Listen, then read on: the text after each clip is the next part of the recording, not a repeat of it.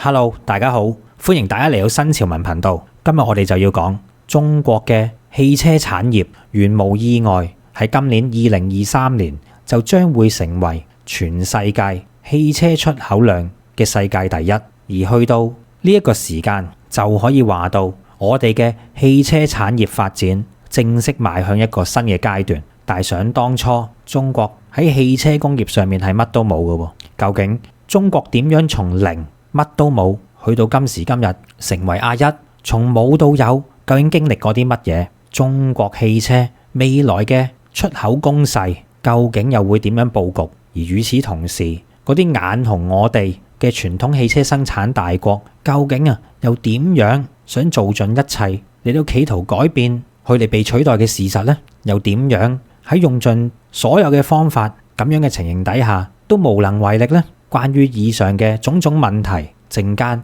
我哋就會翻嚟去到詳細論述。喺節目開始之前做少少呼籲先，喺嚟緊嘅11月19號至到12月1號就會有我哋嘅新潮文雲南之旅嘅。今次呢，我哋就嚟到玩13日，行程內容都係由到我格仔親自設計，係有別於出面嘅旅行團嘅。想報名同埋查詢行程嘅朋友就可以 WhatsApp 過去+85268287447嚟到揾潘小姐查詢行程同埋報名嘅安排。再講一次，係 WhatsApp +85268287447揾潘小姐查詢行程嘅詳情以及係報名嘅事宜嘅。而另外，我亦都會喺今集嘅節目尾段嚟到做一個20多分鐘嘅今次旅程嘅詳細介紹嘅。想知道嘅朋友亦都可以翻到去呢條片裏面最後嘅20多分鐘嚟到了解一下今次由我親自設計嘅呢個團裏面嘅詳情，了解一下今次嘅雲南之旅係一次養生之旅嚟嘅，就特別適合一啲年紀比較大嘅朋友。想知嘅記得睇埋最後嘅20多分鐘影片啦。喺節目開始之前，請分享、讚好、留言、訂閱新潮文頻道、新潮文2.0頻道同我哋嘅 Facebook 專頁。跟住落嚟就要講下從零到一，從冇到有。現在中國製造嘅汽車不斷咁樣加速出海，唔係話我哋中國嘅汽車跌咗落海咁嘅意思啊，而係不斷咁樣向到海外銷售。整個中國嘅汽車產業經已發展到正在面向一個新嘅階段啦。嗱，齋講係冇用嘅，當然要用數據支持啦。中國舊年嘅汽車出口量就達到331萬輛嘅數字嚟講，同比咧就增長咗54%。就係因為呢個數字，中國舊年嘅汽車出口量就正式超過咗德國，成為咗世界第2啦。311萬次嘅出口量就僅次於日本作為世界第1嘅350萬架次。嗱，雖然到呢一刻日本依然係全世界嘅汽車出口排名第1嘅，但係如果去到我哋今年2023年，我哋中國好有可能就喺今年會過日本頭嘅。但係今年嘅頭5個月，中國嘅汽車出口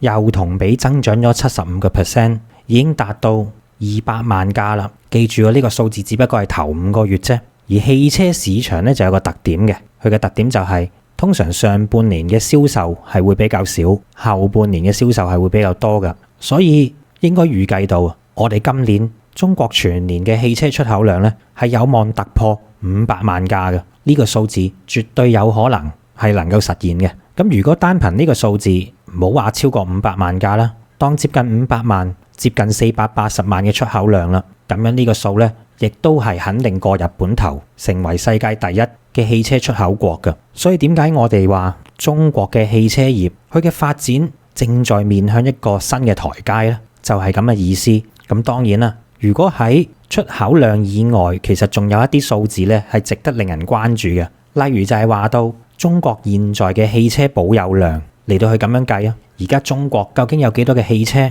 正在喺國內正在被使用當中呢？嗱，根據到6月份公安部嘅統計，我哋而家咧大概有3.2億輛嘅汽車保有量嘅。咁美國係幾多呢？作為世界排名第2，美國咧就有2億8千萬輛嘅汽車保有量。我哋咧喺汽車保有量上面同樣都係世界第1嘅。而如果計晒全部嘅所有車咁計，我哋仲有4億2600萬輛嘅汽車咧係正在運作當中嘅。而中國擁有到駕駛執照嘅人有幾多呢？答案係有5億人咁多。所以中國汽車業係一個完全能夠發揮到人海戰術作用嘅一個行業嚟嘅。當然仲有我哋嘅電動車啦，我哋嘅新能源汽車銷售已經佔到全世界嘅60%咁多，平均10架嘅新能源汽車就有6架喺中國生產嘅。關於新能源汽車，多數嘅西方世界都十分之看好中國嘅市場。其實我哋由發展至今，從零乜都冇到去到生產屬於我哋自己嘅汽車，到而家變為全世界嘅第一汽車出口大國，呢啲嘢呢，所有都係喺短短呢幾十年間發生嘅事嚟嘅啫。如果再加上一啲非市場因素，例如係因為俄烏戰事嘅關係，西方世界嘅車企全部撤出俄羅斯市場，因此就由到中國補上。如果連呢啲因素都計埋嘅話呢，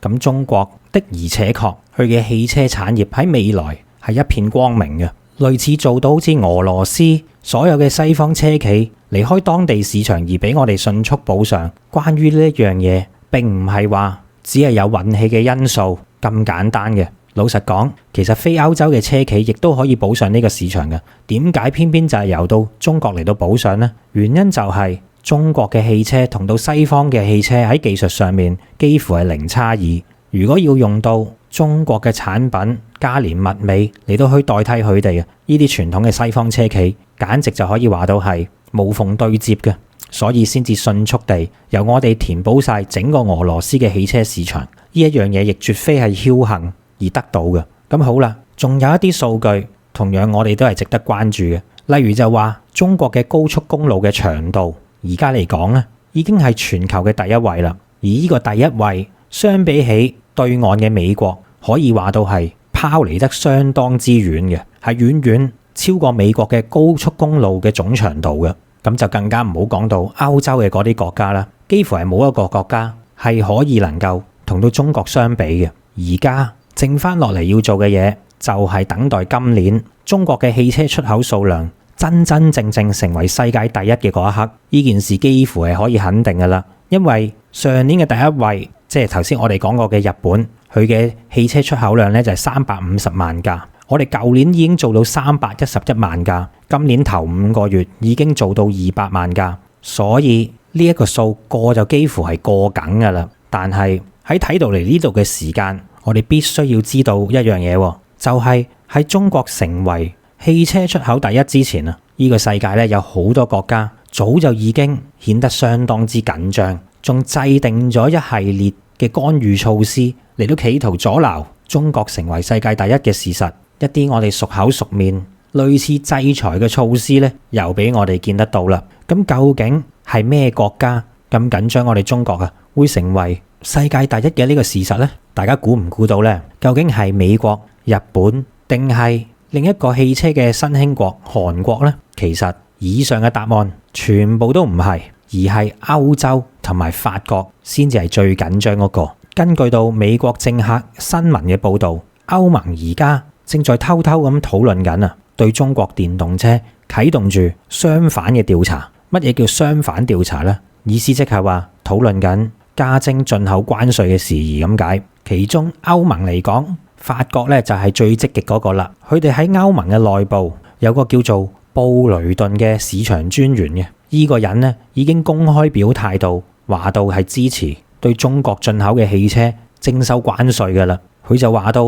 向到中國所進口到嘅汽車徵收關稅嘅速度最好越快越好。而法國嘅經濟部門嘅官員亦都對住歐盟去到講同一番嘅說話，就呼籲到歐盟話到對於中國汽車徵稅嘅建議係非常之符合整個歐盟嘅利益嘅，就呼籲快啲落實呢個方案。嗱，若然大家都唔知道法國經濟部門官員或者係頭先我哋所講到嘅嗰個市場專員嫌佢哋都唔知係乜水，唔夠份量代表法國嘅話，咁以下落嚟嘅呢位仁兄就絕對能夠代表到法國嘅態度啦。冇錯，佢就係法國總統馬克龍啦。從馬克龍嘅態度，我哋就可以睇出法國對呢件事嘅決心嘅。馬克龍就話到嚟緊法國嘅戰略要喺電動汽車新能源嘅行業裏面要做到所有嘅呢啲新能源汽車咧，都要係100%由法國製造嘅。呢個咧就係馬克龍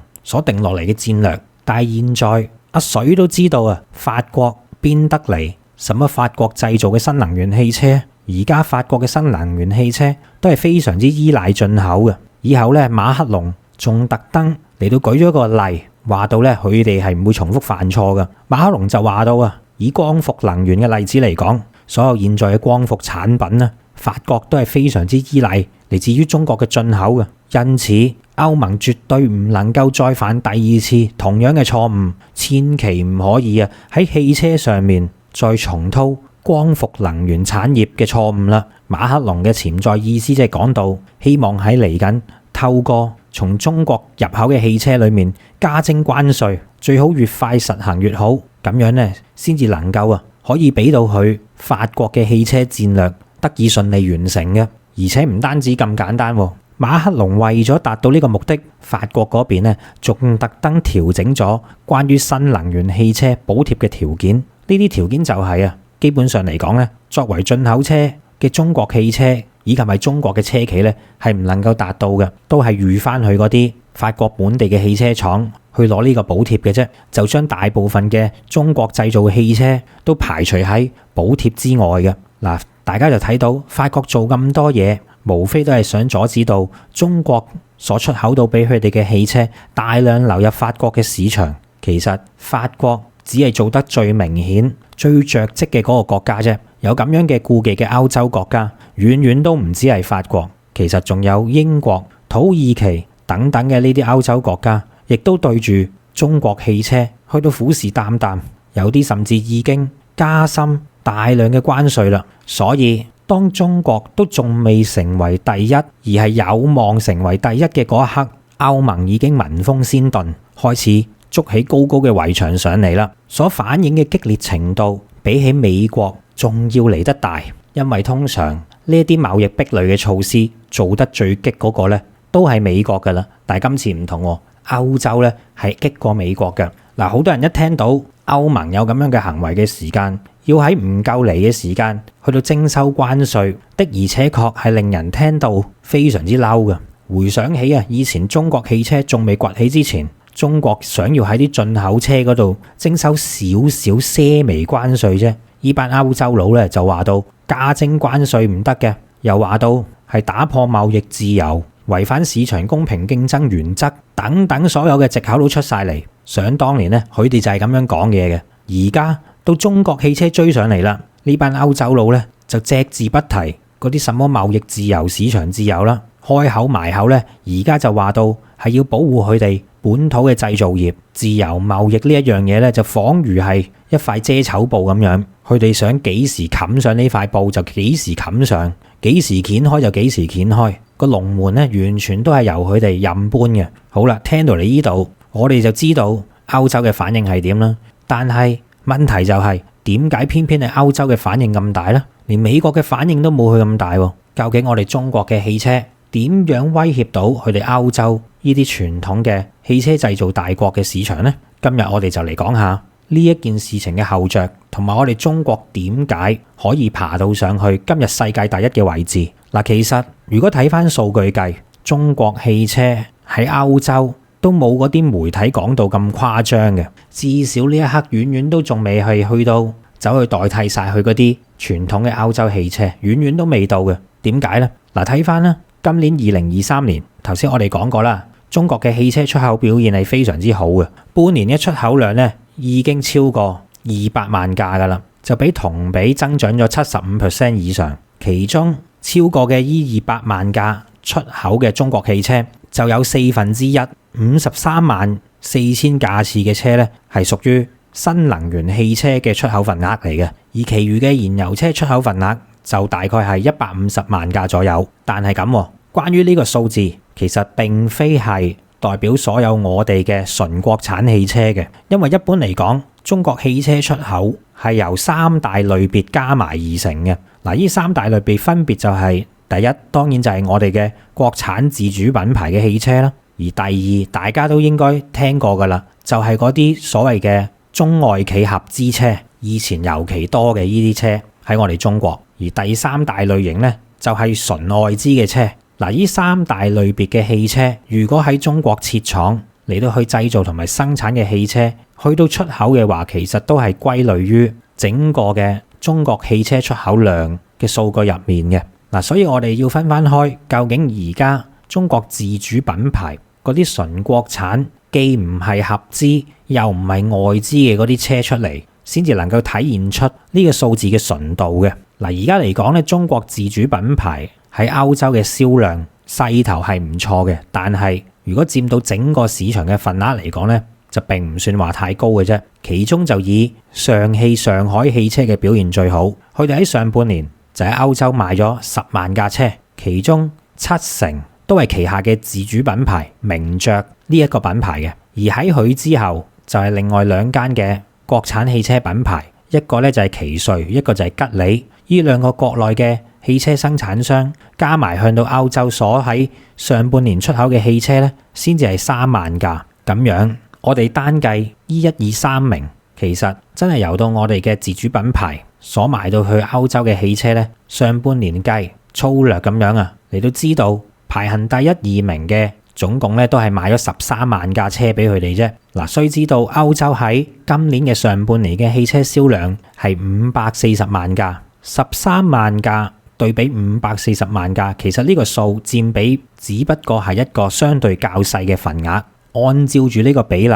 嗰啲歐洲國家、歐盟同埋法國唔應該有咁大反應至係㗎。畢竟嚟講，我哋而家由到中國自主嘅品牌喺歐洲嘅佔比，只不過係2% 啫嘛，唔通咁樣都算威脅到佢哋？其實呢班歐洲佬之所以咁大反應，唔係因為而家嘅數字佔比少，單睇呢個數字咁簡單，佢哋顧忌嘅其實係中國汽車嘅潛力仲有好大嘅發揮空間。中國汽車嘅潛力實在太大啦，佢哋驚嘅係呢一樣嘢。歐洲人現在所害怕到嘅，亦都唔係話單純驚中國嘅電動車嚟到佔領佢整個嘅市場份額咁簡單，而係當歐洲睇到我哋中國整個嘅汽車生產嘅產業鏈睇到嚟呢度嘅時間，甚至乎令到呢啲歐洲嘅國家感覺到一種有氣冇掟頭嘅感覺。因為喺中國嘅汽車產業鏈上面，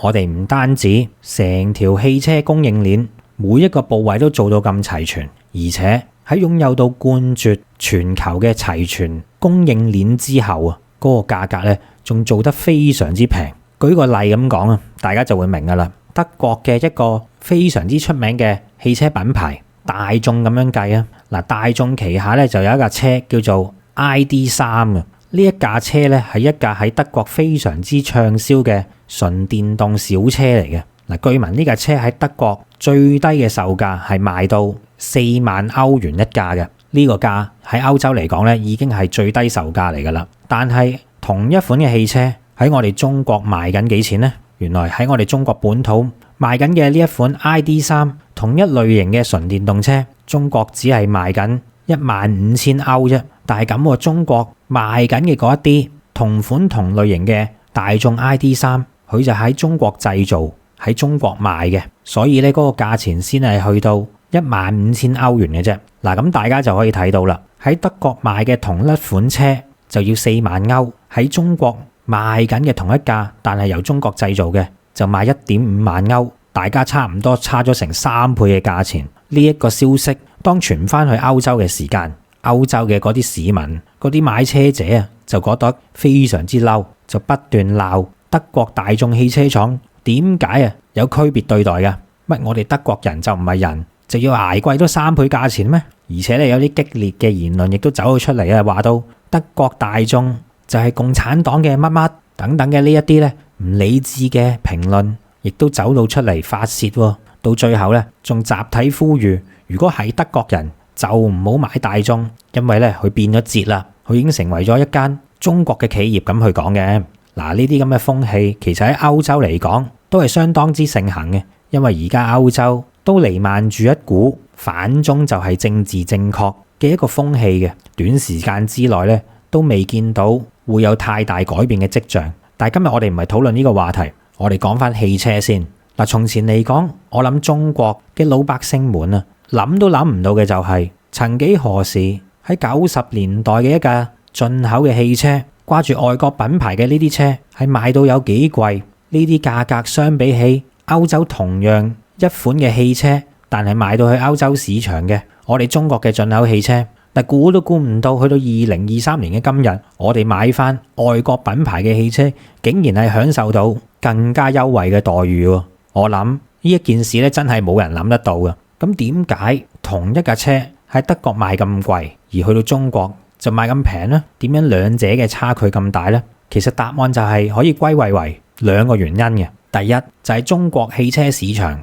太過內卷啦，競爭太過激烈。如果你稍為貴啲，基本上嚟講咧，你嘅價錢同你嘅嗰個汽車產品係唔成正比，輸俾你嘅對手嘅話，定價太高嘅話，可以話到咧，你都唔使旨意賣噶啦，係賣唔喐嘅。呢個係其中一個原因。第二個原因就係頭先我哋所講到，我哋中國嘅汽車產業供應鏈個量實在太大，製造能力實在太強啦，而且價格仲相當之便宜，所以先至有我哋頭先講嘅第一個原因，就係中國嘅汽車太過內卷啦。內卷到如果你稍為唔符合性價比唔太高嘅話咧，基本上賣唔出。其實就係因為咁嘅原因，我哋嘅汽車供應鏈份量太大，價格又平，先至內卷得起嘅啫。咁究竟中國嘅汽車產業內卷到咩程度啊？內卷到而家嗰啲歐洲車企都學似美國嘅 Tesla 咁樣啊，嚟到中國紛紛嚟到起佢哋嘅汽車製造廠，喺中國設廠啦。比如就話到德國嘅寶馬就喺瀋陽嗰度建立咗屬於佢哋寶馬嘅超級工廠，佢個名叫做里達工廠。而且寶馬公司咧仲將呢個旗下嘅一個品牌 Mini Cooper 佢嘅電動車嘅生產線就由到英國嘅牛津咧立即搬到嚟中國。咁 Mini Cooper 我相信大家都應該認識㗎啦，就係之前寶馬喺上海車展發生嘅嗰一單雪糕事件當中嗰架主角車咧就係 Mini Cooper 啦。而家咧寶馬亦都要將 Mini 嘅電動車生產線由英國搬到嚟中國喎。而寶馬嘅另一個競爭對手奧迪，亦即係奧迪啦，佢咧亦都唔執輸，見到寶馬要將咁大嘅生產線搬嚟中國，奧迪咧亦都將會喺長春嗰度建立到新嘅智能工廠。而頭先我哋所講到嘅嗰個德國汽車品牌大眾咧就聯合地平線就嚟到成立一間新嘅汽車芯片工廠嘅。嗱，咁講到德國車，當然唔可以唔提無人不知個個都識嘅 Mercedes-Benz， 亦即係我哋所講嘅奔馳啦。嗱，奔馳咧佢咧就更加之積極喎，佢哋早喺幾年前就已經大力投資喺中國噶啦，而家咧又再加碼加大佢哋嘅投資力度。嚟緊奔馳咧就要喺中國興建一個可以喺規模上面媲美到位於佢哋自己德國總部咁大規模嘅研發中心，直頭好似想將德國總部取而代之咁嘅勢頭啊！簡單啲講，點解德國嘅呢啲車企有咁嘅動作呢？點解佢哋紛紛都唔執輸，要將咁大嘅投資擺到嚟我哋中國度設廠呢？其實呢啲德國嘅車企，呢啲外國嘅車企，佢哋睇中嘅就係我哋頭先所講到，亦都係歐洲人最顧忌嘅中國汽車供應鏈嘅優勢。佢哋呢啲車企都希望喺中國成立生產線，然之後將佢哋嘅品牌嘅汽車咧喺中國生產，再賣翻過去歐洲。呢一個就係我哋中國汽車產業嘅其中一個優勢。而講到另外一個優勢，當然就唔可以唔數到喺時下最興嘅新能源汽車上面啦。講起新能源汽車，我哋中國車企嘅優勢就更加之大。喺3年前2019年去到上年2022年3年時間入面，中國嘅新能源汽車喺歐洲嘅市場份額就由之前佔有0%零雞蛋，3年之內咧就增長到佔有歐洲市場份額10%咁多啦。呢一個數字係冇包含到喺中國製造嘅 Tesla 噶，係唔包括在內嘅。基本上都係我哋純國產嘅品牌佔有呢個份額嘅。嗱，雖然大家可能會覺得只係佔到歐洲市場份額10%都唔係好高啫，但其實喺實際上嚟講呢個成績已經係眾多嘅新能源汽車嘅範疇入面表現已經係 number one 㗎啦。唔信嘅話，我哋睇翻我哋嘅鄰國嚟緊即將會跌落第二位嘅日本啦。嗱，日本汽車喺稱霸全球咁耐，我哋睇翻佢喺2019年嘅時候啊，整個日本汽車喺歐洲嘅市場佔有嘅份額咧，其實都係唔到10%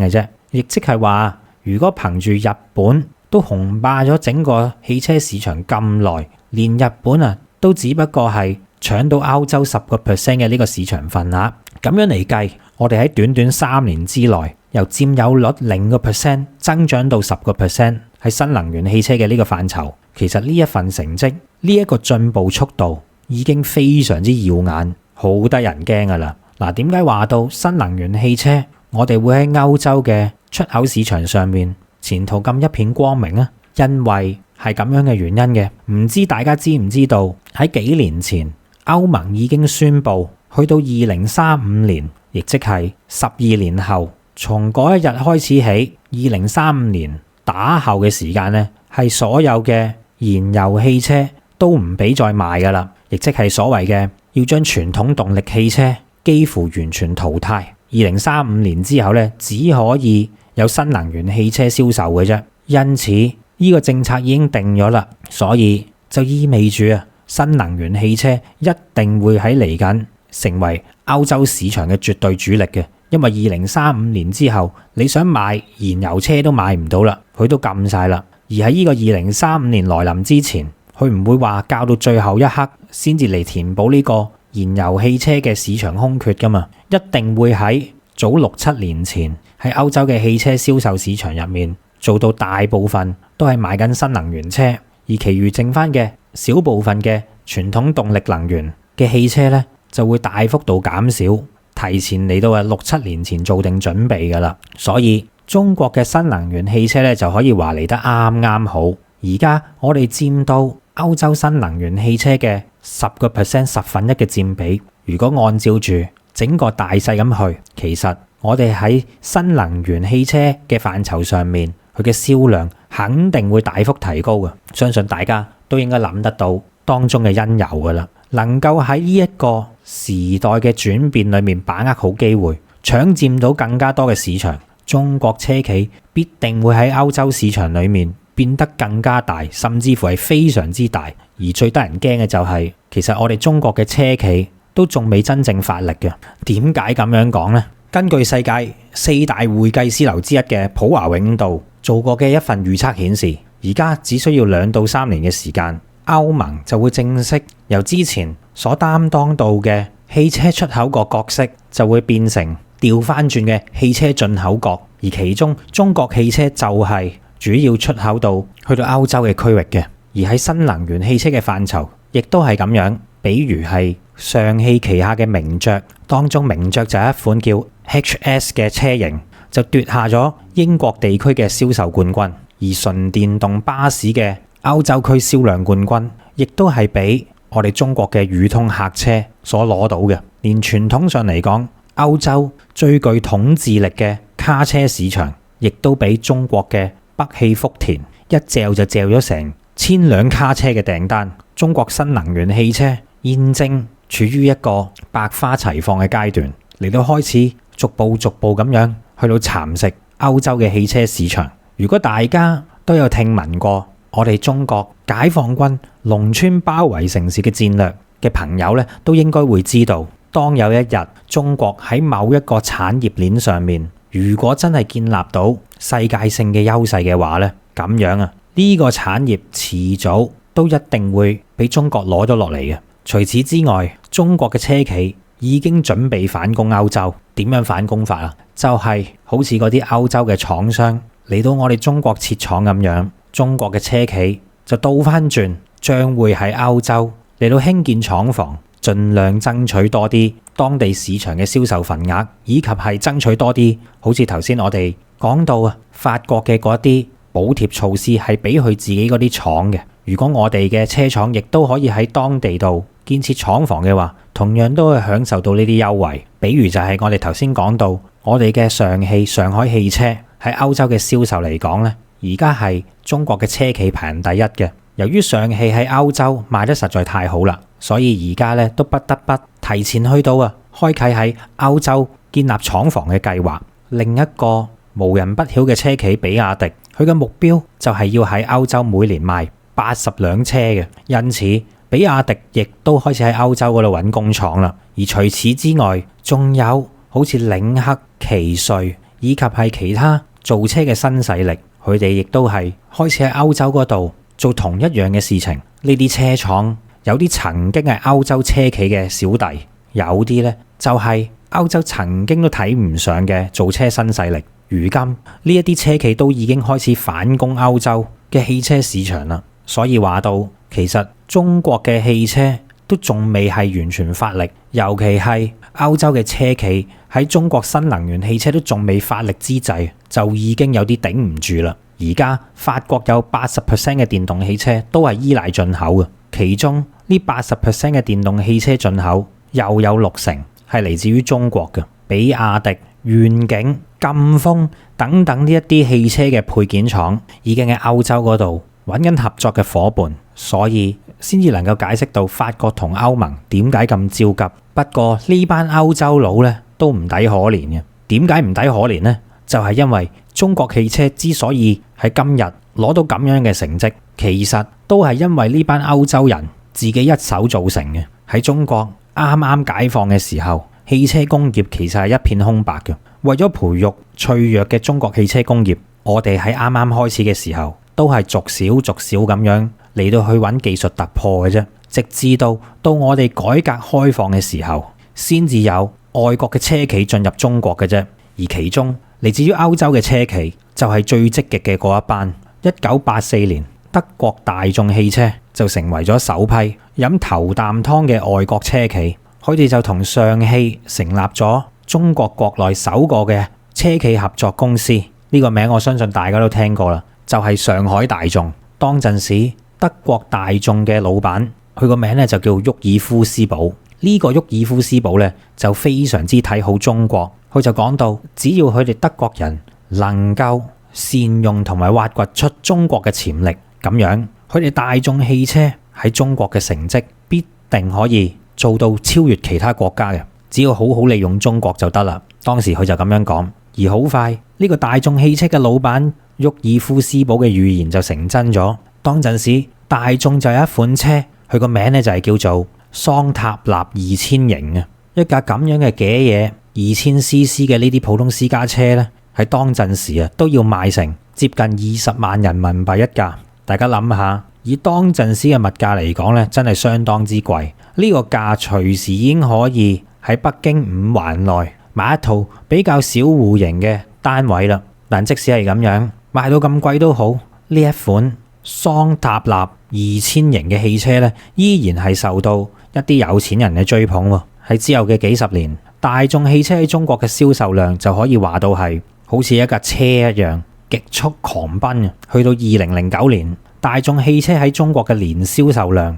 就已經突破咗100萬架。去到2年之後嘅2011年，呢個汽車嘅年銷售量仲去到150萬架。喺一路直線狂奔底下，4年後2015年，大眾汽車喺中國嘅年銷售量仲突破埋350萬架，真係好似開咗 turbo 一樣，完全唔識停，一路狂飆嘅。大眾汽車依靠住中國嘅市場賺到盆滿缽滿，好快就成為咗全世界市值最高嘅車企。而喺德國大眾汽車之後，其餘嘅歐洲車企好似係寶馬、奔馳啊、雪鐵龍啊、標致等等嘅呢啲歐洲車企，呢啲咁嘅品牌呢，亦都喺中國嗰度淘金。但係我哋能夠俾佢賺錢，當然佢係要承擔翻一定嘅責任。正所謂有權利就有義務，呢個世界冇咁着數嘅。喺我哋改革開放初期，之所以要俾到嗰啲外資嘅車企嚟到進入我哋中國嘅市場，當陣時我哋係訂立咗一條咁嘅規矩嘅。1981年，中國開放咗汽車行業市場嘅外資禁令，允許到外資嘅廠商就嚟到同中國嘅廠商建立合資公司。呢個目的其實就係要通過開放市場嚟到換取技術，喺換取到技術以後就可以發展屬於我哋自己嘅汽車工業。個大前提係咁樣嘅開初嘅時候，所以我哋當時就訂立咗市場我哋會開放，但係呢啲外企喺進入咗我哋國內嘅汽車市場以後，去到某啲階段就必須要嚟到將部分嘅技術轉移到頭先我哋所講到嘅同佢合資嘅公司。以上海大眾為例，咁咪即係要喺某個階段、某個時候，大眾要將佢嘅技術分享俾上海汽車咯。其實個原理就係咁簡單，所以我哋先至開放我哋嘅市場俾呢啲外資車企嘅啫。而當陣時嗰啲外企喺啱啱進入到我哋中國嘅市場嘅時候呢，就全部都岌晒頭，全部都冇話 say no 嘅。呢啲外企都同意會將技術轉讓，亦都同意喺中國建立工廠等等諸多承諾，都係佢哋自己應承嘅喺開頭嘅時間。但係呢啲咁嘅外國車企，當佢哋揾到錢嘅時候，越揾越多嘅時間，佢哋呢就開始玩嘢，開始你都唔兌現當初嘅承諾。佢哋咁做係故意嘅。1984年，上汽就已經開始嚟到同大眾合作，去到生產桑塔納呢一款車㗎啦。但係喺3年之後，桑塔納嘅呢一款車，佢嘅國產化比率呢，過咗3年以後，都只係得可憐嘅 5.7% 嘅國產率，佔比係非常之低嘅。呢個時間我哋就問佢：你幾時轉移啲技術俾我哋啊？你當初應承咗嘅喎。但係德國大眾汽車就揾嚟諸多嘅藉口嚟到拖延技術轉移。總之避得就避，閃得就閃。講到尾，根本就係唔想兌現當初嘅承諾。而大眾汽車其他嘅車系亦都係差唔多嘅有咁嘅情況。總之都係喺度詐傻扮懵。眼見呢種情況就驚動咗當陣時嘅高層。當時呢啲高層們咧就好嬲咁樣嚟到警告外國嘅車企，如果喺嚟緊合資所生產嘅汽車零部件嘅國產化比率係達唔到 40% 或者以上嘅話，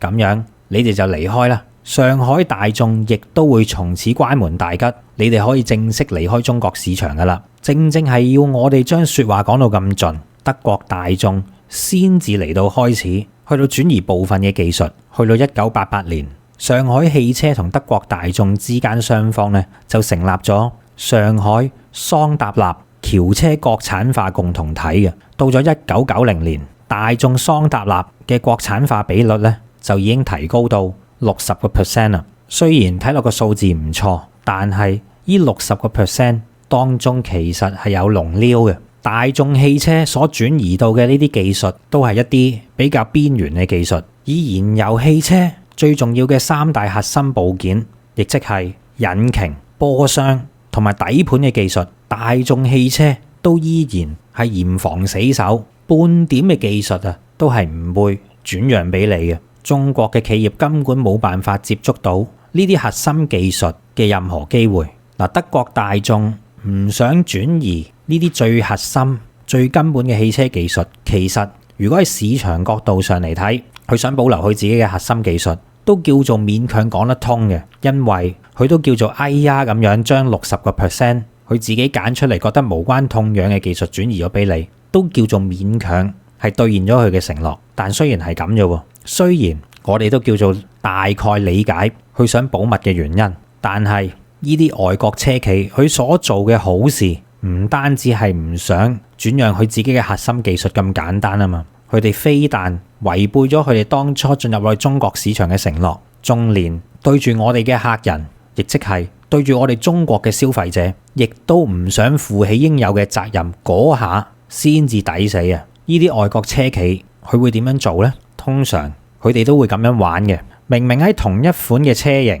對比到同外國同款嘅嗰一啲喺我哋中國嘅合資廠所做出嚟賣到俾中國市場嗰啲同一款式，我哋嗰啲款呢，通常都會減低個配置。呢個第一，第二就係會有區別對待，第三就係以次貨充好貨等等嘅呢啲事件已經俾人踢爆咗好多次噶啦。舉幾個例，大家都可以查到嘅，例如係減配方面啦，曾經就有一架售價大概係39萬嘅美版奧迪 A6 車型，佢係可以搭配 3.0 亦即係3000cc 嘅機械增壓嘅引擎，再配合48伏嘅輕混電池嘅。而國內同一款由合資廠所製造面向我哋中國消費者嘅奧迪 A6 車型同款噶啦，偏偏呢就只係得 2.0T， 亦即係2000cc 嘅機械增壓發動機，就唔係好似美版嗰隻有3000cc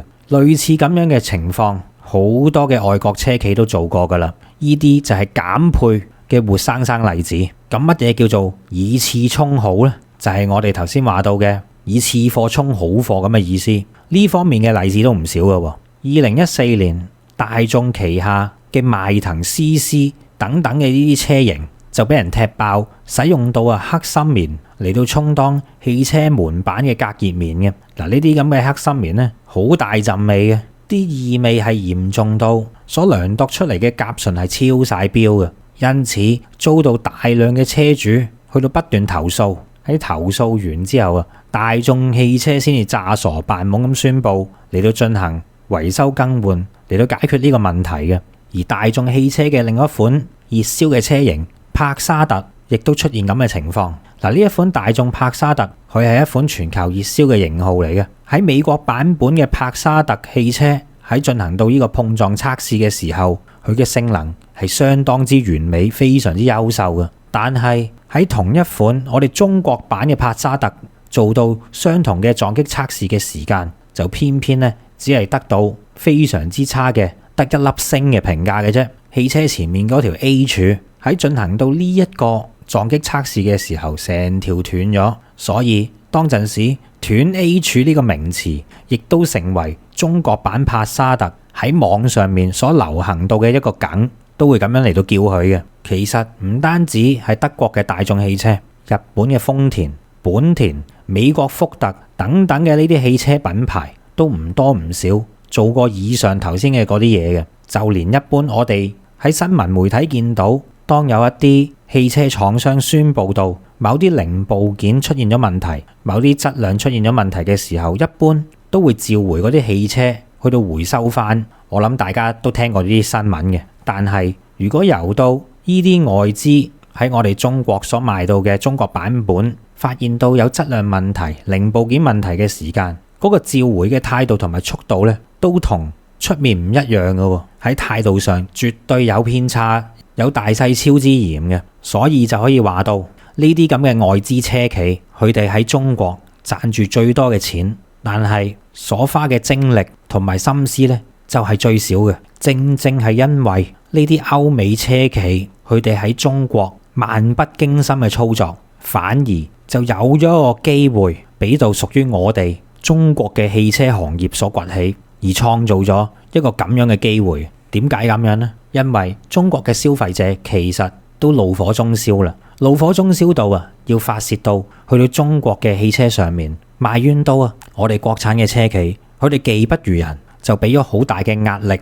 屬於我哋國產嘅車企嘅。而另外一方面，好似技術封鎖，亦都令到中國有咗一個強烈突破技術嘅決心。就喺咁樣嘅情況底下，於是就有咗我哋中國汽車絕地翻盤嘅情況發生啦。時至今日，有部分嘅人都依然會話中國當初攞市場嚟換技術，呢個策略係錯，係失敗嘅。關於呢一點呢，我係非常之唔同意咁樣嘅講法嘅。大家要知道，即使係我哋今時今日做得咁出色嘅新能源汽車，唔係無中生有，唔係無啦啦喺個石頭度爆出嚟嘅。新能源汽車嘅技術嘅崛起，其實都係建立喺我哋中國整個汽車工業龐大嘅供應鏈體系上面嘅。冇咗中國嘅汽車工業基礎嘅情形底下，根本就唔會有新能源車嘅崛起。咁究竟我哋呢一條嘅汽車供應鏈有幾咁龐大呢？佢嘅體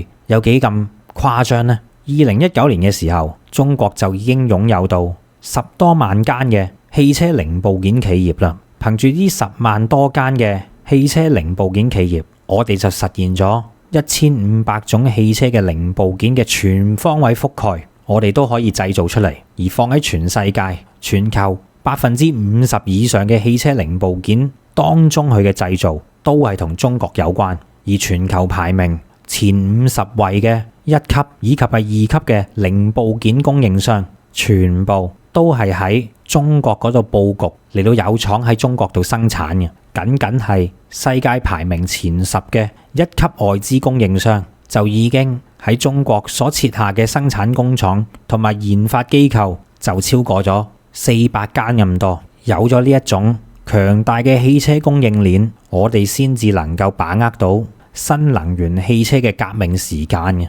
亦都捉得緊呢個機遇。如果講到我哋中國嘅新能源汽車嘅代表，我哋經常咧都會講到有3大新勢力噶嘛。呢個3大新勢力咧，分別就係所謂嘅蔚小理，即係蔚來、小鵬以及係理想汽車3大嘅新能源代表，就簡稱蔚小理嘅。呢啲造車新勢力對於佢哋嚟講，佢哋唔係傳統嘅車企嚟嘅。喺佢哋嘅創立初期，佢哋如果要做一架車出嚟嘅話咧，就必須要嚟到揾到一啲幫佢哋代工嘅公司、代工嘅工廠同企業，以及係要揾齊嗰啲零部件供應商，先至能夠做到架車出嚟嘅。比如蔚來汽車咁啊，蔚來就係揾咗傳統中國嘅一個大品牌、一個老品牌嘅汽車公司嚟到幫佢代工，蔚來就揾咗江淮汽車嚟幫佢代工嘅。另外嘅一個新勢力小鵬汽車，佢嘅代工廠呢就係海馬汽車，而理想呢就揾咗力帆汽車幫佢代工，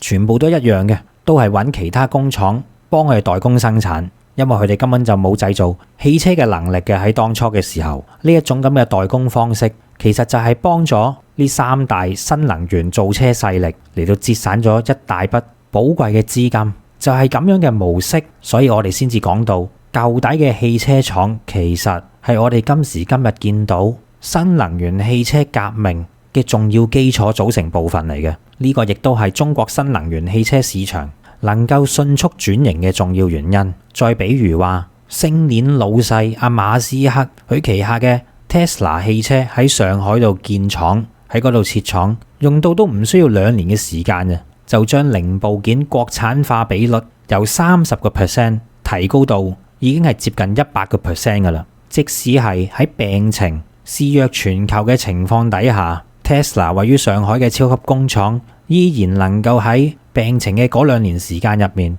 將年產量由14萬架提高到75萬架。呢一個數字就足以支撐起 Tesla 喺全球產能嘅一半以上。點解要講 Tesla 呢個例子啊？同樣都係啦。如果我哋當初冇用錢、冇用市場嚟到去換取技術，去換嚟一條完整嘅、龐大嘅、全球化級嘅汽車生產供應鏈嘅話，冇咗呢啲嘢嘅話，我哋又點能夠做到阿馬斯克過嚟上海起廠，可以將個年產能提高咁多，國產化比率又可以提高咁多？如果我哋冇呢啲技術，根本完全係銜接唔到嘅。如果咁樣都未足以說服嗰啲人嘅話呢，咁我哋再對比一下另外一個例子，包佢哋冇聲出嘅。嗱，歐洲而家咩環境大家清楚，我哋頭先都講咗啦。點解歐洲作為一個汽車生產嘅超級強區域，反而又唔見佢哋好似我哋中國咁有啲新能源嘅新汽車企業、新嘅勢力誕生嘅呢？睇睇歐洲嘅例子，大家就會知道噶啦。嗱，不嬲嚟講，歐洲肯定係有最龐大嘅汽車供應鏈嘅，但係嗰啲歐洲老品牌嘅車企，佢哋就固步自封，佢哋喺壟斷咗技術嘅情形底下，佢哋已經唔再願意進行改革啦。嗰啲歐洲嘅新能源造車新勢力，佢唔係缺錢，而係缺供應商，缺嗰啲代工廠幫佢生產。佢唔似得我哋中國新能源汽車咁樣，係會有一啲熟行嘅老牌車企幫佢代工生產。因為呢啲傳統嘅歐洲車企，佢哋都係唔甘願呢啲歐洲嘅新造車勢力加入嘅，佢哋亦都係唔想睇到再有新嘅行業者嚟到加入造車嘅呢個行列。於是莫講話得到呢啲傳統嘅歐洲老牌幫佢代工生產汽車或者供應零件啦，甚至乎呢啲嘅傳統歐洲車企係會進行打壓，結果就令到佢哋歐洲嘅市場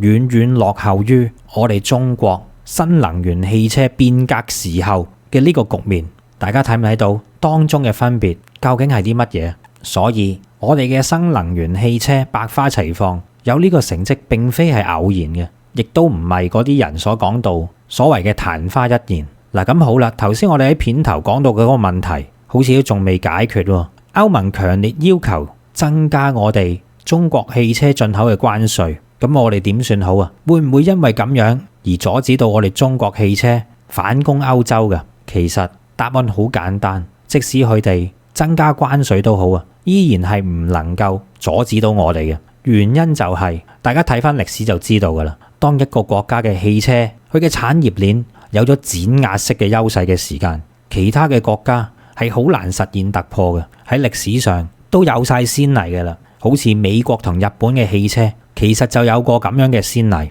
喺上世紀50年代開始，美國就同日本打咗幾十年嘅貿易戰，雙方由纖維、鋼鐵、電子產品一直打到汽車同埋芯片嘅。其中汽車呢一 part 咧就係美日貿易戰嘅核心戰場，佢佔到美國嘅貿易逆差有成40% 嘅以上，最高峰嘅時候咧仲多達60% 添。美國喺唔夠鬥嘅情形底下，就諗咗好多方法出嚟，例如係限制日本嘅產品啦，又比如係我哋今時今日見到歐洲所做到嘅一啲加關稅啊嘅呢啲咁嘅措施啦，以及係使埋輿論壓力、抹黑等等呢一啲招數咧，當陣時都出齊晒嘅。咁當然啦，佢哋呢個嘅貿易戰比起我哋而家中美嘅呢個貿易戰嚟講咧，梗係冇得比啦。因為我哋呢一刻嘅中美之戰咧，都已經係超出咗貿易戰呢個範疇噶啦。不過講翻嚟呢度先，當陣時美國喺出盡咁多招式嘅時間啊，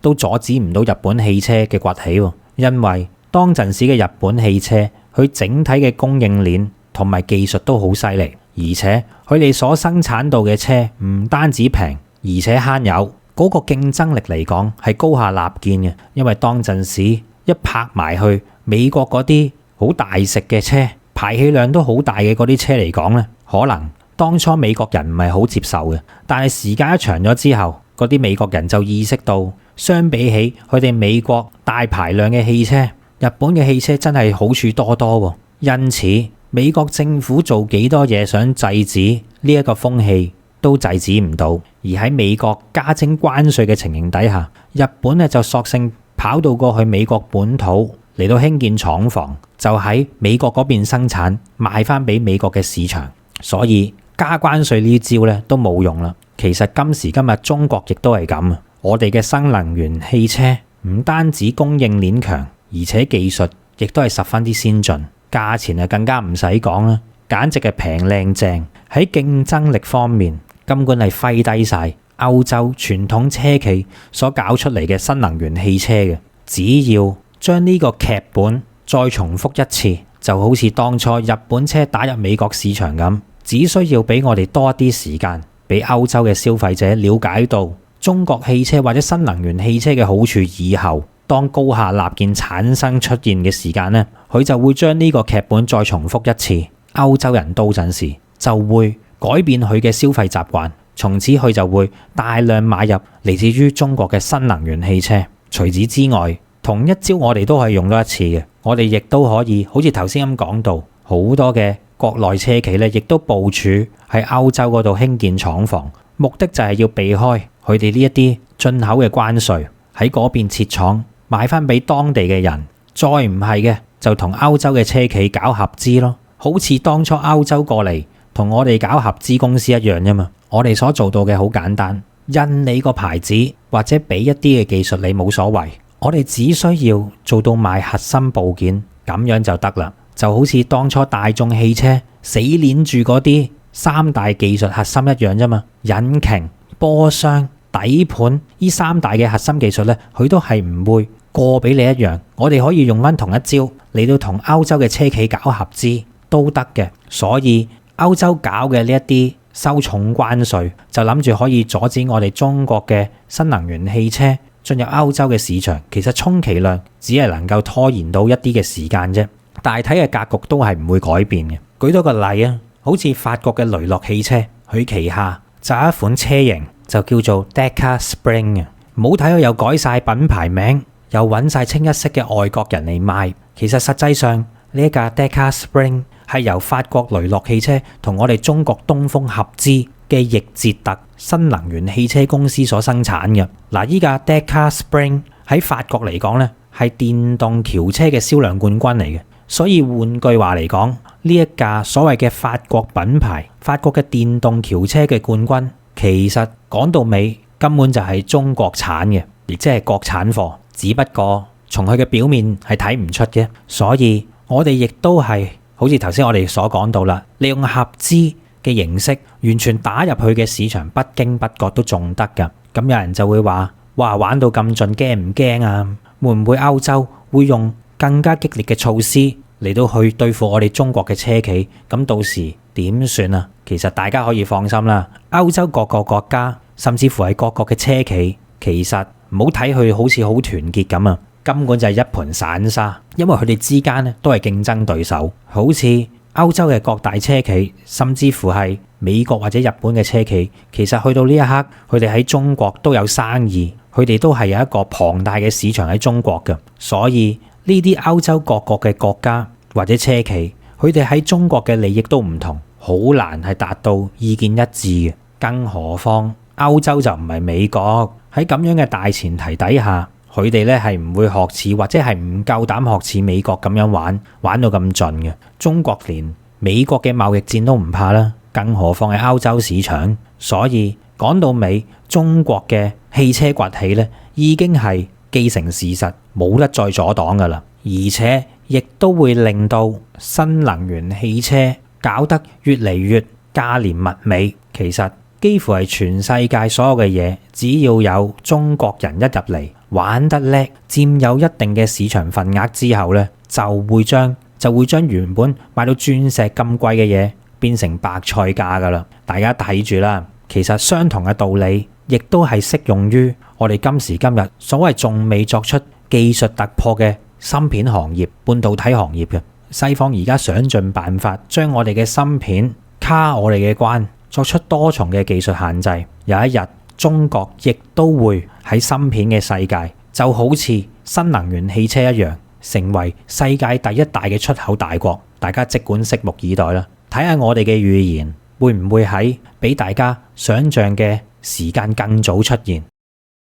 喺節目完結之前，而家咧就由到我格仔咧嚟到去介紹一下今次為期13天嘅新潮文雲南養生之旅嘅行程嘅。首先我哋就會由香港出發，經深圳灣乘坐我哋嘅包車前往深圳嘅寶安機場嘅。喺坐2個多鐘頭飛機以後咧，就會抵達雲南嘅首府昆明噶啦。到埗以後咧，我哋就會即晚去到感受一下昆明市繁華嘅一面，為到我哋嘅旅程熱一熱身，去到當地著名嘅南屏步行街嗰度 shopping 完之後咧，晚上再食一個豐富嘅晚餐，然後為到旅程嘅開始作好準備嘅。去到第2天嘅時間，就會由昆明乘搭高鐵嚟到去到著名嘅麗江，當地有一個叫做虎跳峽嘅世界著名景區，佢係以極大嘅落差而聞名於全世界嘅。虎跳峽分上中下3段，之所以佢咁出名，就係因為峽谷中間呢，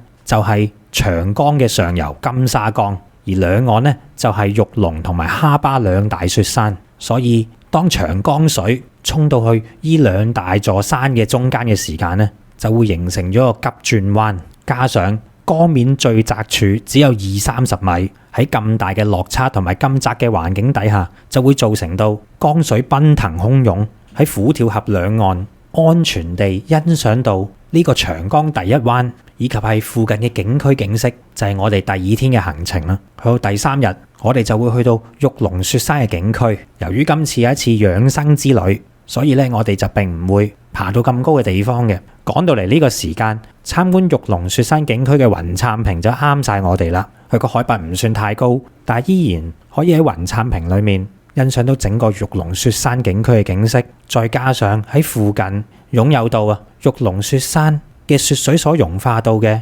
藍月谷，池水清澈見底，而且帶有一股夢幻般嘅藍色，係非常之震撼眼球嘅。喺佢嘅附近亦都有東方棉花堡之稱嘅白水台，睇過白水台嘅朋友從此就唔需要遠赴歐洲土耳其嚟到欣賞類似嘅地貌，因為我哋中國嘅呢個白水台比起土耳其棉花堡係更加有過之而無不及咁靚嘅。之後呢，我哋亦都會去到金海寺，同埋如果大家有留意我哋影片嘅話，經常咧都會睇到個背景係熟口熟面嘅。呢一個我哋新潮文經常都用到嘅背景呢，就係呢個黑龍潭公園。今次咧我哋亦都會去到當地參觀嘅，俾得我哋成日攞嚟做背景。當然佢景色係有翻咁上下靚，所以我哋先會採用啦。之後去到第3日麗江嘅晚上，我哋就會欣賞到呢個麗江千古情嘅大型歌舞表演嘅。有別於一般嘅大型歌舞表演，佢係將高科技手段融合喺現代以及係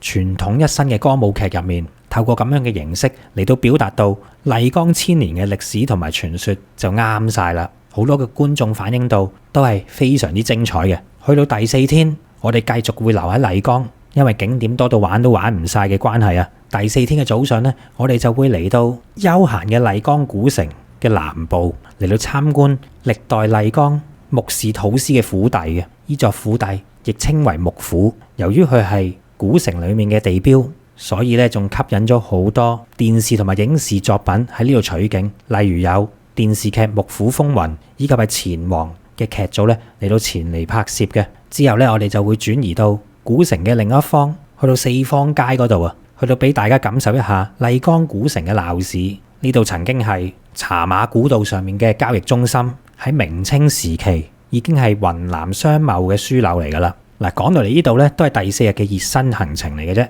因為我哋將會去到比起繁華嘅麗江古城中心裏面更加恬靜嘅束河古鎮。有朋友就話到束河古鎮仿如咧，好似10年前都仲未有咁多人前往嘅麗江，係比較清幽，同埋可以更加接觸到古代嘅氣氛嘅。但唔好以為咁樣就完結啦，因為我哋就將會去到另一個古鎮白沙古鎮。白沙古鎮咧就位於麗江城嘅北邊嘅。相比起上嚟，仲有更加多朋友就話到白沙古鎮咧係仿如20多年前嘅麗江一般所保留到嘅古色古香風貌、空氣同埋環境咧係保留得更加原汁原味嘅。咁當然我哋亦都要去埋呢度啦。然後去到行程嘅第5日，我哋喺玩完3日麗江，住埋3日同一晚嘅酒店之後咧，就會轉移到去雲南另一個非常之出名嘅地方，佢就係大理啦。嚟到大理，當然就要去睇一睇背靠蒼山、面臨洱海，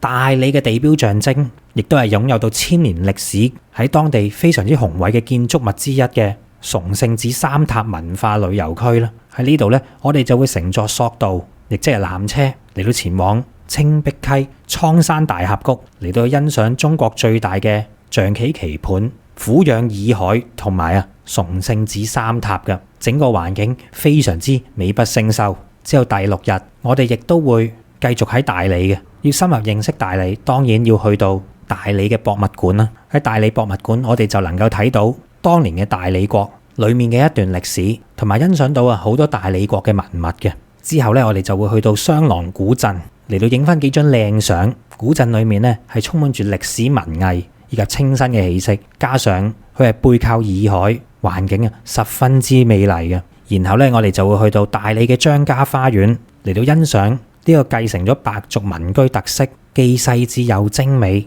嘅呢個建築物，仲可以欣賞到當地嘅民族節目，去到一邊品茶一邊睇表演嘅。然之後咧，我哋就會去到大理古城，去到睇一睇呢一個位於蒼山腳下、風景秀麗、昔日古代南詔國以及係大理國嘅都城。喺古城裏面分佈咗14處市級或者以上嘅重點文物保護單位，亦都承繼住大理嘅文化、宗教以及係民族文化嘅。我哋當然唔可以唔去呢一度啦。跟住咧，我哋就嚟到行程嘅第7日，就會由住咗2日嘅大理出發到去我國3大地熱區之一嘅騰衝，嚟到去嘆世界嘅。唔講唔知道，其實我哋中國嘅地熱溫泉嘅資源亦都係相當之豐富嘅。騰衝身為我哋中國3大地熱區之一，所擁有到位於該區嘅溫泉就有80多個，佢嘅沸泉係遍佈整個騰衝各地，有一泓熱海之稱嘅。其景觀同埋水溫亦都係全國罕見。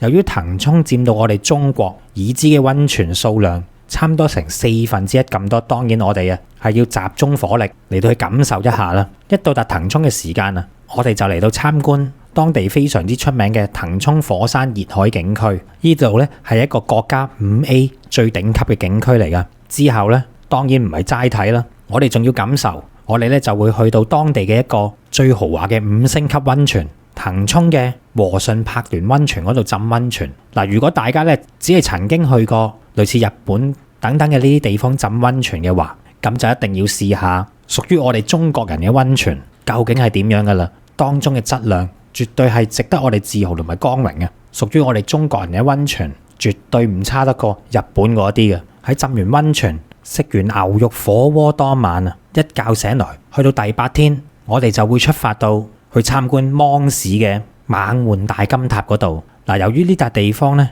已經係差唔多去到中國與緬甸之間嘅邊界啦，所以當地嘅建築物咧亦都好有東南亞嘅色彩嘅。以猛獾大金塔咁去計，佢係屬於我哋中國其中一個少數民族傣族所設計嘅皇宮建築風格嚟嘅。猛獾大金塔佢嘅外表金光閃閃、雄偉高大，係當地芒市嘅標誌性建築，亦都係當地傣族人民嘅聖地嚟嘅。而與之對比嘅有金，當然有銀啦。喺佢嘅隔離，亦都有猛獾銀塔，當中呢座銀塔係以純白為到基調嘅。有好多人就形容到啊，猛獾銀塔直頭睇起上嚟啊，好似假嘅一樣，影相咧係特別出眾嘅。兩座塔，一座金，一座銀，喺色彩上面咧形成鮮明嘅對比。喺嚟到接近東南亞嘅地方，當然啊，亦都要去到當地嘅孟巴拿西珍奇園嗰度啊，嚟到見識一下全國少見嘅大量古樹木，以及係世界罕見嘅直化沐浴石嘅。佢喺呢個奇珍園裏面所展出到嘅就有4個大字：稀奇古怪。而去到堪稱嘅亞熱帶植物當中，呢度嘅古樹好多啊，都有超過過百年嘅歷史，而有500年歷史以上嘅古樹，亦都係多不勝數，絕對值得嚟呢度參觀嘅。之後咧，由於我哋咁近到中緬嘅邊境，我哋當然啊要去埋中緬嘅口岸，亦即係啊著名嘅中緬一條街。喺呢度咧，已經接近出到我哋中國嘅國家門口，用隻眼一睇就可以睇到啊對面嘅緬甸噶啦。咁當然我哋唔會走過緬甸啦，然後咧亦都會去到著名嘅一寨兩國。呢個一寨兩國顧名思義就係位於中緬邊境之間嘅一座中緬邊陲小鎮。我哋咧就位於中國嘅嗰一側嚟到去參觀。喺呢度咧應該就係離緬甸最近嘅中國地方啦，嚟到感受一下當地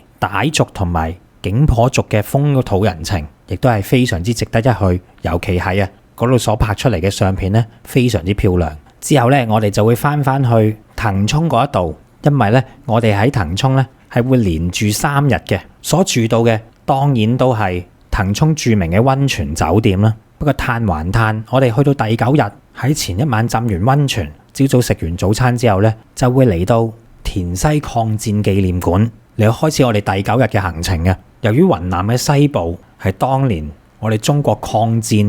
戰爭嘅重要組成部分，好著名嘅緬甸至雲南嘅補給線，亦都係非常之近我哋今次要去嘅呢個地方嘅。田西抗戰紀念館所展示到嘅咧，就包含到抗戰後方、禦敵前線以及係怒江對峙等等嘅部分嘅展品咧，就係以抗戰嘅實物為主，包括圖片、文字以及係影像嘅資料。去到今時今日，我哋絕對要毋忘歷史。睇完之後啊，亦都會令到我哋感到十分之震撼嘅。喺參觀完田西抗戰紀念館，當然就要去到佢隔離嘅國殤墓園嗰度，去到向墓園裡面所長眠住當年抗日嘅遠征軍嘅幾千個英靈。呢度係為咗紀念中國遠征軍第20集團軍所陣亡嘅將士而修建而成嘅，亦都係全國有名嘅抗日烈士陵園。再之後咧，我哋就會去到和順古鎮。和順古鎮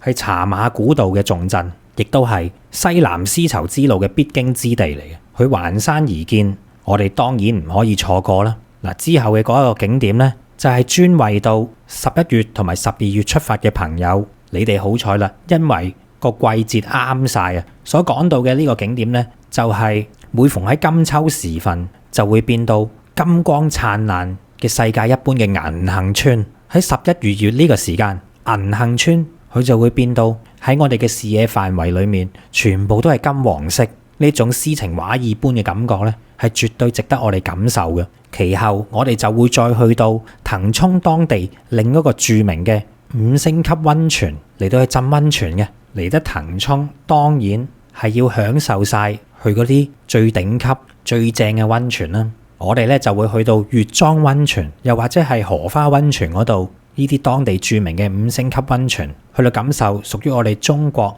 大地帶俾到我哋嘅禮物嘅。然之後咧就去到第10天嘅旅程啦。喺連住3日騰衝嘅溫泉酒店之後啊，我哋既可以喺出面浸一啲5星級溫泉，又可以翻去酒店住嘅時間咧，浸到酒店入面嘅溫泉，咁嘆之後啊，都好唔捨得離開啦。但係第10日咧，我哋就會由騰衝呢一個溫泉之鄉咧，就會去到寶山市嗰邊，嚟到再搭列車前往呢個昆明嘅，翻去昆明啦。從前嚟講，我哋絕對唔可以選擇呢條路線噶，因為要由騰衝去寶山，再翻去昆明咧，最近咧都只有唯有去大理嗰度搭列車翻去昆明嘅啫。但現在已經唔同晒啦，由於中國同緬甸嘅大通道建設獲得重大嘅進展，因此寶山至到昆明段嘅高鐵咧，就喺前1年正式就嚟到建造完成嘅。呢一段亦都係中緬鐵路裡面嘅其中一段，大理至寶山段啊。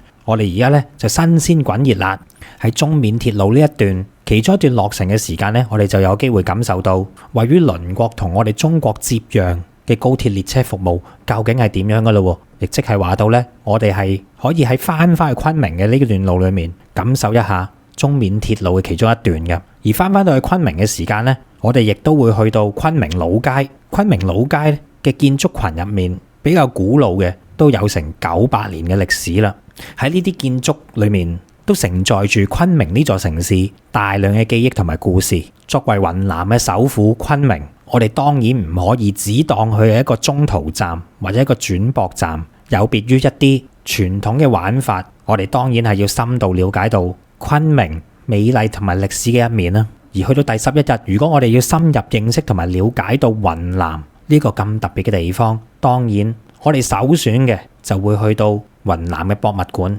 雲南博物館作為一個省級博物館，佢裡面嘅藏館展品既有規模級數，又有當地雲南嘅特色，係其他博物館所睇唔到嘅。如果要了解晒整個雲南嘅歷史同埋珍藏，嚟到雲南博物館就啱晒啦。再之後呢，我哋就會去到中國近代史上其中一所著名嘅軍事院校陸軍講武堂嗰度參觀嘅。陸軍講武堂原本就係清朝為咗編練新式陸軍、加強邊防而設嘅一所軍事學校嚟嘅。後到尾就同位於天津嘅講武堂、奉天嘅講武堂並稱為中國3大嘅講武堂。之後呢，我哋就會去到昆明市內著名嘅翠湖公園。嗱，由於我哋出發嘅日期係11月以及係12月呢個時間嘅，所以咧我哋就好彩啦。除咗頭先講到睇到銀杏村裏面金光閃閃之外，另一個當造嘅時間就係因為喺昆明市內有大量嚟自於西伯利亞嘅海鳥咧，為咗避過呢個嚴寒，就會嚟到春城呢一度嚟到去避寒嘅。因此，當我哋去到有春城之稱嘅昆明呢啲咁靚嘅公園嘅時間啊，都會有大量嘅海鳥聚集嘅情形俾我哋去到睇到嘅。當你隨手準備一啲麵包碎啊、乾糧啊，隨手向天空一揮嘅時間啊，就會可以惹嚟海鳥嘅啄食嘅。大家咧亦都不妨去到雲南嘅呢啲公園啊，去到餵下海鳥都仲得㗎。加上當地呢啲公園嘅風景十分之漂亮，絕對咧可以影得出一張你心目中想要嘅靚相嘅。之後嚟到行程嘅第12日，既然親近得動物嘅話，倒不如就去埋著名嘅昆明動物園嗰度參觀仲好啦。昆明動物園出晒名，係一個體驗相當之好嘅動物園嚟嘅，全國都聞名嘅。喺裡面呢就有雲南嘅